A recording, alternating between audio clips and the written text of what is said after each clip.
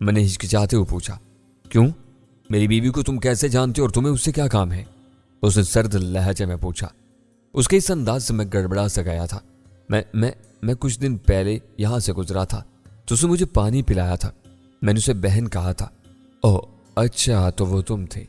مجھے افسوس ہے بھائی کہ تمہاری بہن پاگل ہو چکی ہے۔ اتنا کہتے کہتے اس کی آواز گلوگیر ہو گئی۔ لیکن وہ پاگل کیسے ہوگی میرے بھائی؟ جب میں یہاں سے گزرا تھا تو وہ بالکل ٹھیک ٹھاک تھی۔ میں نے شدید حیرانی کے عالم میں استفسار کیا۔ میں واقعی بے حد حیران و پریشان تھا۔ میری سمجھ میں نہیں آ رہا تھا کہ اچانک کیا سے کیا ہو گیا تھا۔ اس بد نصیب کا ایک ہی بچہ تھا بھائی، اس شخص نے روندے ہوئے لہجے میں جواب دیا۔ پچھلے ہفتے اس کا بچہ فوت ہو گیا۔ اس نے اپنے بچے کی لاش دیکھی تو اس کا دماغ چل گیا۔ اس کی بات سن کر میرے ذہن میں ایک زوردار دھماکہ ہوا۔ وہ یہ کیا کہانی سنا رہا تھا؟ اس کا بچہ تو، لیکن تمہارا بچہ اچانک کیسے مر گیا؟ وہ تو اس وڈیرے کے پاس۔ میں نے سخت پریشانی اور دکھ کے ساتھ پوچھا۔ تو تمہیں یہ بھی معلوم ہے؟ اس نے آنسو میں بھیگے ہوئے لہجے میں کہا۔ ہاں، وہ وڈیرے کی حویلی ہی میں تھا اور وہیں اس کی طبیعت خراب ہوئی اور وہ اسپتال جا کر مر گیا۔ لیکن اسے ہوا کیا تھا؟ خدا کے لیے مجھے بتاؤ کہ تمہارے ننھے سے بیٹے نور عالم کو کیا ہوا تھا؟ وہ اس طرح اچانک کیسے مر گیا؟ میں نے گلوگیر لہجے میں دریافت کیا۔ میرا دل ٹکڑے ٹکڑے ہوا جا رہا تھا۔ مجھے یوں محسوس ہو رہا تھا جیسے میرا اپنا کوئی بہت قریبی عزیز فوت ہو گیا ہو۔ کیا کرو گے یہ سب کچھ جان کر میرے بھائی؟ بس اس کی موت آئی تھی، وہ مر گیا۔ اب اس شخص کی آنکھوں سے باقاعدہ آنسو بہنے لگے۔ فقیر بابا رحم طلب نظروں سے اسے دیکھ رہا تھا۔ نہیں، تمہیں بتانا پڑے گا میرے بھائی، میں نے سخت اضطراب کے عالم میں کہا۔ تمہیں اپنے مرے ہوئے بیٹے کا واسطہ مجھے سب کچھ سچ سچ بتا دو۔ میری بات سن کر وہ شخص تڑپ اٹھا۔ بتاتا ہوں، لیکن تم میرے مظلوم بچے کا واسطہ تو نہ دو۔ اسپتال کے ڈاکٹروں نے بتایا تھا کہ میرے بیٹے کا گردہ پھٹ گیا ہے، اس سے پہلے کہ اس کا آپریشن کرتے وہ فوت ہو گیا۔ وہ شخص اب باقاعدہ آنسو سے رونے لگا۔ اس کے جفاکت چہرے پر آنسو کے قطرے عجیب سے دکھائی دے رہے تھے۔ اس کی کھچڑی داڑھی کے بال آنسو سے بھیگ گئے تھے۔ میرے سینے میں حزن و ملال کا طوفان برپا تھا۔ چند ہی دنوں میں اس مختصر سے گھرانے پر کتنی بڑی قیامت بیت گئی تھی۔ میرے دیکھتے ہی دیکھتے اس گھر کے لہلاتے گلشن پر خزاں کے منحوس سائے قابض ہو گئے تھے۔ یہ شخص شیر عالم جو کچھ بتا رہا تھا اس پر یقین کرنے کو دل نہیں چاہ رہا تھا۔ مجھے اس کے جوابات سے تسلی نہیں ہوئی، لہٰذا میں نے اسے ایک بار پھر پوچھا۔ مجھے کھل کر اور صاف صاف بتاؤ، مجھے بتاؤ کہ ننھے نور عالم کا گردہ کیسے پھٹا؟ اسے زمیندار برکت علی نے قتل کیا ہے میرے بھائی۔ اسی ظالم درندے نے میرے گھر کا چراغ کھل کیا۔ خدا کرے کو تڑپ تڑپ کر سسک سسک کر مرے۔ یہ تم کیا کہہ رہے ہو؟ مجھ پر تو گویا دکھ اور استجاب کا سیلاب حملہ آور ہو گیا تھا۔ اس ننھے سے بچے نے اس بدبخت کا کیا بگاڑا تھا؟ اس کی اس سے کیا دشمنی تھی؟ کوئی دشمنی نہیں تھی۔ پلائی گندی نالی کا کیڑا اس قابل کہاں ہوتا ہے کہ اس وڈیرے برکت علی جیسے عالی مرتبہ لوگ بات بھی کریں؟ لیکن اس ننھے سے بچے کا قصور کیا تھا؟ اس کا قصور بہت بڑا تھا۔ اس نے سردار برکت علی کی اتنی شاندار پارٹی کا بیڑا غرق کر دیا۔ اسے کم از کم موت کی سزا تو ملنی ہی چاہیے تھی۔ مجھے بتاؤ تو صحیح، آخر ہوا کیا تھا؟ بتاتا ہوں۔ اس روز برکت علی یورپ کے طویل دورے سے لوٹا تھا۔ سردار برکت علی کو اعلیٰ ترین قسم کی شرابیں پینے اور پلانے کا بے حد شوق ہے۔ اس روز رات کو سردار برکت علی کی حویلی پر ایک بے حد زبردست محفل کا اہتمام کیا گیا تھا۔ اپنے انگلینڈ کے دورے کے دوران میں سردار برکت علی کو 70 سال قدیم بے حد نایاب قسم کے اسکاچ کی بوتل ملی تھی۔ اس کے یاروں دوستوں میں اس کی اس زبردست دریافت کا بے حد شہرا تھا۔ سب لوگ اس کی اعلیٰ ذوق کا اعتراف کرتے نہیں تھکتے تھے۔ اتنا کہہ کر شیر عالم کے ضبط کے بندھن ایک بار پھر ٹوٹ گئے اور وہ تھاڑے مار مار کر رونے لگا۔ میں نے اور فقیر بابا نے مل کر بمشکل اسے خاموش کرایا اور آگے داستان سنانے پر آمادہ کیا۔ اس روز رات کو سردار برکت علی کے تمام دوست احباب پارٹی میں مدعو تھے۔ وہ تمام لوگ بے حد پرجوش تھے کیونکہ سردار برکت علی اس رات اپنی اس نایاب شراب کے ذائقے سے انہیں معزوز کرنے والا تھا۔ شیر عالم کی ایک بار پھر ہچکیاں بند کے۔ اس روز سر شام سے ہی سردار برکت علی کے باغ میں انگیٹھیاں دہک رہی تھیں۔ قسم قسم کے کباب، ٹکے اور روسٹ بھوننے کی تیاریاں ہو رہی تھیں۔ ننھا نور عالم سارا دن کام کر کے تھکن سے بے حال ہوا جا رہا تھا، لیکن کام تھا کہ ختم ہونے میں نہیں آ رہا تھا۔ لیکن اس کی اصل مصروفیات تو رات گئے شروع ہوئیں۔ وہ مہمانوں کی فرمائشیں پوری کرنے کے لیے لٹھو کی طرح گھوم رہا تھا۔ نیند اور تھکن کی وجہ سے اس کی آنکھیں بند ہوئی جا رہی تھیں۔ شب کے آخری پہر سردار برکت علی نے اسے حکم دیا کہ وہ حویلی کے باورچی خانے میں جا کر باورچی خانے کے منتظم سے کہے کہ وہ اس قدیم و نایاب شراب کو مہمانوں کے لیے پیش کرے۔ شیر عالم نے رک کر اپنے آپ پر قابو پایا اور پھر دوبارہ کہنا شروع کیا۔ مفت کی شراب اور وافر مقدار میں کباب کھا کھا کر باورچی خانے کا منتظم خود بھی نڈھال ہو رہا تھا اور اس کے قدم لڑکھڑا رہے تھے۔ اس نے فریج سے نایاب شراب کی بوتل نکالی اور برف کی بھری ہوئی بالٹی میں ڈال کر ننھے نور عالم کے حوالے کر دی۔ اتنے چھوٹے بچے کے لیے یہ بالٹی بہت بھاری تھی، لیکن وہ باورچی خانے کے ظالم منتظم سے بہت ڈرتا تھا، لہذا اسے انکار کی یا حجت کی ہمت نہیں ہوئی۔ وہ جیسے تیسے شراب والی بالٹی اٹھا کر باغ کی طرف لے چلا۔ حویلی کی عمارت سے باغ کی طرف جانے کے لیے اسے کئی سیڑھیاں اترنا تھی۔ اس وقت ان سیڑھیوں پر سرخ قالین بچھا ہوا تھا۔ خدا جانے ننھے نور عالم کا پاؤں قالین کے سلوٹ میں اٹکا تھا یا وہ ویسے ہی لڑکھڑا گیا تھا۔ بہرحال ہوا یوں کہ اسے بالٹی میں شراب کی بوتل لاتا دیکھ کر تمام مہمانوں نے خوشی سے نعرے لگائے۔ ان مہمانوں میں پولیس کے اعلیٰ افسران بھی تھے اور ضلع کے دیگر معزز حکام بھی، لیکن اس وقت ان سب پر مفت کی شراب اور کباب کا غلبہ تھا۔ ان میں سے کسی کو احساس نہیں تھا کہ ان کے لیے شراب لانے والا 9-10 سال کا کم عمر بچہ ہے۔ نور عالم شاید اس اچانک شور شرابے سے بوکھلا کیا، چنانچہ سیڑھیاں اترتے ہوئے اس کے قدم لڑکھڑا کے اس نے خود کو سنبھالنے کی کوشش کی، لیکن بھاری بالٹی نے اسے سنبھلنے نہیں دیا اور وہ لڑکتا ہوا سامنے پختہ فرش پر ٹھیر ہو گیا۔ اسے گرتا دیکھ کر تمام مہمانوں کے حلق سے چیخیں نکل گئیں۔ شیر عالم سانس لینے کے لیے رکا اور پھر اس نے دوبارہ بولنا شروع کیا۔ میں اور فقیر بابا سانس روکے یہ سب کچھ سن رہے تھے، لیکن وہ لوگ اس ننھے بچے کے لیے پریشان ہو کر نہیں چیخے تھے۔ وہ تو اس ناقابل تلافی نقصان پر تڑپ اٹھے تھے جس کی وجہ سے اتنی شاندار تقریب کا مزہ غارت ہو گیا تھا۔ اس بدبخت بچے کے گرتے ہی اس کے ہاتھوں سے بالٹی چھوٹ گئی۔ اس بالٹی میں رکھی ہوئی انمول اسکاچ کی بوتل ایک جھٹکے سے اچھلی اور پختہ فرش پر گر کر چکنا چور ہو گئی۔ اس کے ساتھ ہی تمام مہمان غم اور غصے کے عالم میں بری طرح چیخنے لگے۔ وہ سب اس کم نصیب خادم پر برس رہے تھے جس کی وجہ سے اتنا نقصان ہوا تھا۔ شیر عالم ایک بار پھر پھوٹ پھوٹ کر رونے لگا۔ ہم دونوں نے اس کے خاموش ہونے کا انتظار کیا، لیکن اسے خود پر قابو پانا مشکل ہو رہا تھا۔ پھر کیا ہوا؟ میں نے بہت اضطراب کے عالم میں دریافت کیا۔ مجھے یقین تھا کہ اس وقت جو کیفیت میری تھی وہی کم و بیش فقیر بابا کی بھی ہوگی۔ پھر کیا ہونا تھا بھائی؟ شیر عالم نے ٹھنڈی آہ بھر کر خود پر قابو پاتے ہوئے کہا۔ سردار برکت علی اس نقصان عظیم پر سخت مشتعل تھا۔ اس نے اندھا نور عالم پر ٹھوکروں کی بارش کر دی۔ اس کے پیروں میں بھاری بھرکم کوہاٹی چپل تھی۔ اس کی نہ جانے کون سی ٹھوکر کارگر ثابت ہوئی اور نور عالم ایک بھیانک چیخ مار کر بے ہوش ہو گیا۔ جوں جوں شیر عالم یہ دردناک قصہ آگے بڑھا رہا تھا، میری حالت غیر ہوتی جا رہی تھی۔ میرے دماغ میں دھماکے ہو رہے تھے، کان سائیں سائیں کر رہے تھے۔ یہ تو مجھے کیا کیا دکھا رہا ہے میرے رب العالمین؟ کیا یہ واقعی انسانوں کی دنیا ہے؟ نہیں، انسان ایسے تو نہیں ہوتے، ان کی تو کچھ اور ہی شناخت بتائی گئی ہے۔ تو پھر یہ نامانوس مخلوق کون ہے؟ شاید خونخوار درندے، لیکن درندے تو جنگلوں میں ہوتے ہیں، پھر یہ یہاں کیوں دندناتے پھر رہے ہیں؟ شاید یہ درندے اپنی طاقت کے بل پر انسانوں پر حاوی ہو چکے ہیں اور اب انہی کا حکم چلتا ہے۔ واقعی جب انسانیت کمزور اور ضعیف ہو جائے تو بربریت ہی کا دورہ شروع ہوتا ہے، اور یہ دور اپنے عروج پر ہے۔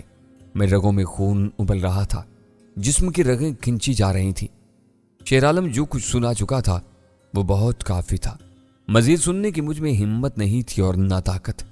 نفرت اور انتقام کی آگ نے میرے روئیں روئیں کو دہکا کر رکھ دیا تھا، اور مجھ سے وہاں بیٹھا نہیں جا رہا تھا۔